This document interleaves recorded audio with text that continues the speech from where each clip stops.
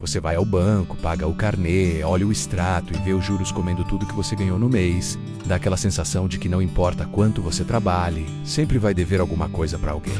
Esse sentimento não é moderno. Não começou com a inflação do ano passado, nem com a crise de 2008, nem com nenhum governo específico. Esse sistema tem um criador, tem um endereço e tem uma data. E o mais perturbador: tem um livro sagrado que avisou sobre ele há mais de 3.000 anos. Se você acha que o seu problema financeiro começou no mês passado, você errou o século. Começou há 900 anos, e os responsáveis usavam uma cruz vermelha no peito. Ano 1096. O Papa Urbano II faz um discurso que vai mudar a história do mundo. Ele convoca todos os cristãos a pegarem armas e libertar Jerusalém, prometendo perdão total dos pecados a quem for lutar. Cavaleiros, nobres, camponeses e até criminosos marcharam para o Oriente Médio nas cruzadas. E no meio desse caos de guerra, fé e sangue, em 1119, surgiu uma ordem que vai nos interessar muito aqui. 9 cavaleiros franceses, liderados por um nobre chamado César de Payens, se apresentaram ao rei de Jerusalém com uma proposta simples: proteger os peregrinos cristãos que viajavam pelas estradas perigosas até a Terra Santa.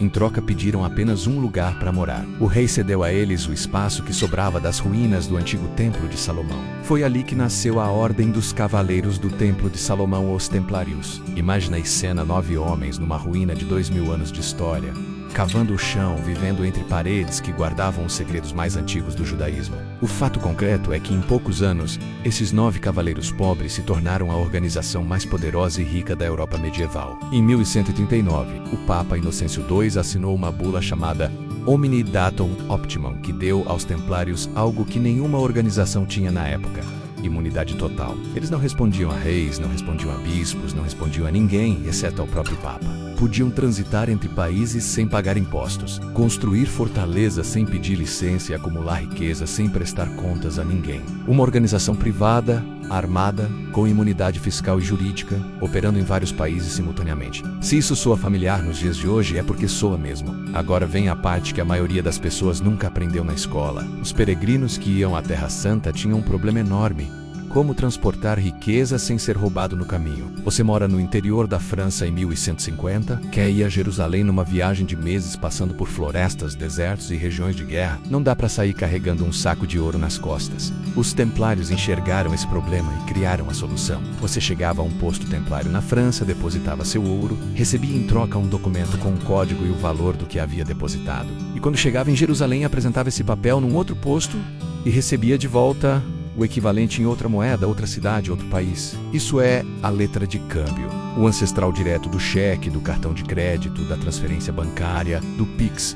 O primeiro sistema de pagamento sem dinheiro físico da história ocidental foi inventado por guerreiros medievais nas ruínas do Templo de Salomão, com postos espalhados pela Europa e pelo Oriente Médio. Os templários perceberam que tinham ouro acumulado em vários locais ao mesmo tempo e que na maior parte do tempo esse ouro ficava parado. Então surgiu a segunda grande invenção: o empréstimo com juros. A Igreja Católica proibia categoricamente o que chamava de usura. O argumento era teológico: dinheiro é tempo, e o tempo pertence a Deus.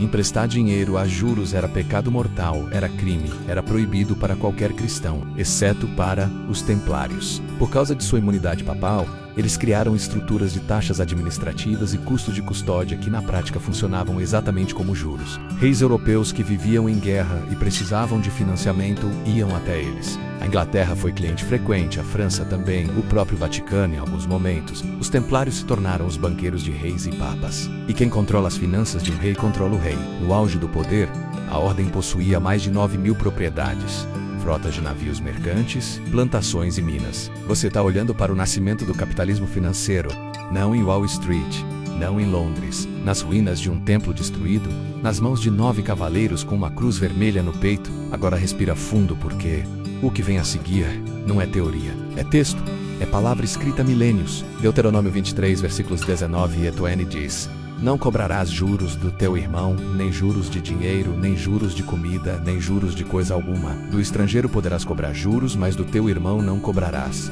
Escrito há mais de 3.000 anos. Uma distinção clara entre quem merece proteção financeira e quem pode ser explorado. Agora a pergunta incômoda: quando o banco te cobra 400% de juros ao ano no cheque especial, você é o irmão ou o estrangeiro dessa história? Em Mateus 21:12, Jesus entra no templo de Jerusalém e expulsa violentamente todos que vendiam e compravam. derruba as mesas dos cambistas, os trocadores de moeda que lucravam com o câmbio dentro do espaço sagrado. Essa foi a única vez nos evangelhos em que Jesus age com violência física. Por quê? Porque o templo havia se tornado um sistema financeiro, um lugar onde o sagrado foi substituído pela transação. 900 anos depois, os templários pegaram o símbolo do templo e construíram em cima disso um banco. E em Apocalipse, capítulo 13, completa o quadro, para que ninguém pudesse comprar ou vender senão aquele que tivesse o sinal.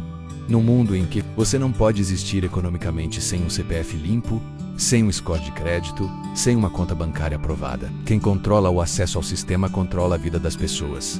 Isso não foi inventado ontem. Foi plantado há 900 anos. Se os templários eram tão poderosos, por que desapareceram? Porque se tornaram grandes demais para ser controlados. Em outubro de 1307, o rei Filipe IV da França estava literalmente quebrado e em dívida com os templários. Sem conseguir pagar, fez o que pessoas poderosas fazem quando devem muito para alguém: destruiu o credor. Na madrugada de 13 de outubro de 1307, uma sexta-feira, Filipe mandou prender simultaneamente todos os templários da França. Mais de 600 homens capturados em uma única noite. As acusações foram heresia, adoração de ídolos e blasfêmia. Tudo arrancado sob tortura. O líder da ordem, Jacques du Mallet, foi queimado vivo em março de 1314 na frente da Catedral de Notre-Dame em Paris.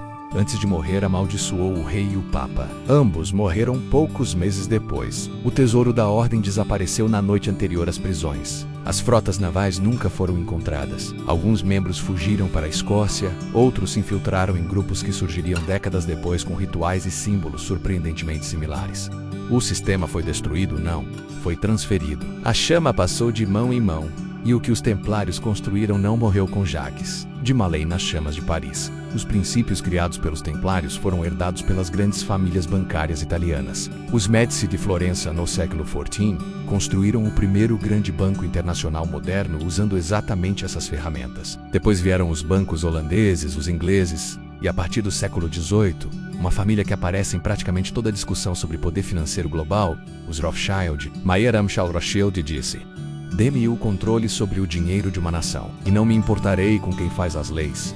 Eles financiaram as guerras napoleônicas e estabeleceram filiais em 5 países europeus, simultaneamente, cada uma gerenciada por um filho diferente. Postos em vários países, gerenciando riqueza de forma descentralizada, com imunidade a governos locais, exatamente o modelo templário, só que agora sem a cruz e sem a espada. Em 1913, os Estados Unidos criaram o Federal Reserve, o Banco Central Americano.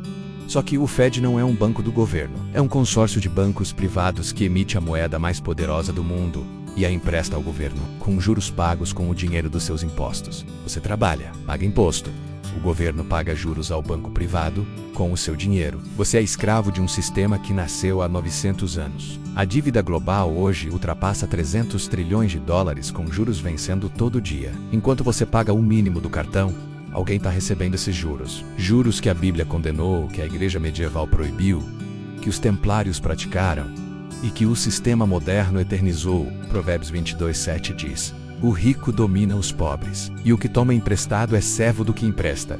3.000 anos atrás, antes dos templários, antes dos Rothschild, antes do Fed, antes do cheque especial, os templários não inventaram a ganância. A ganância é velha como o ser humano. O que eles inventaram foi uma arquitetura para essa ganância. Uma estrutura eficiente, elegante, quase invisível, que se disfarça de serviço, de praticidade, de modernidade. Hoje essa estrutura se chama banco, cartão de crédito, crediário, financiamento habitacional, dívida pública. E em todos os casos existe alguém que trabalha e alguém que recebe os juros desse trabalho. A pergunta que fica não é como escapar do sistema.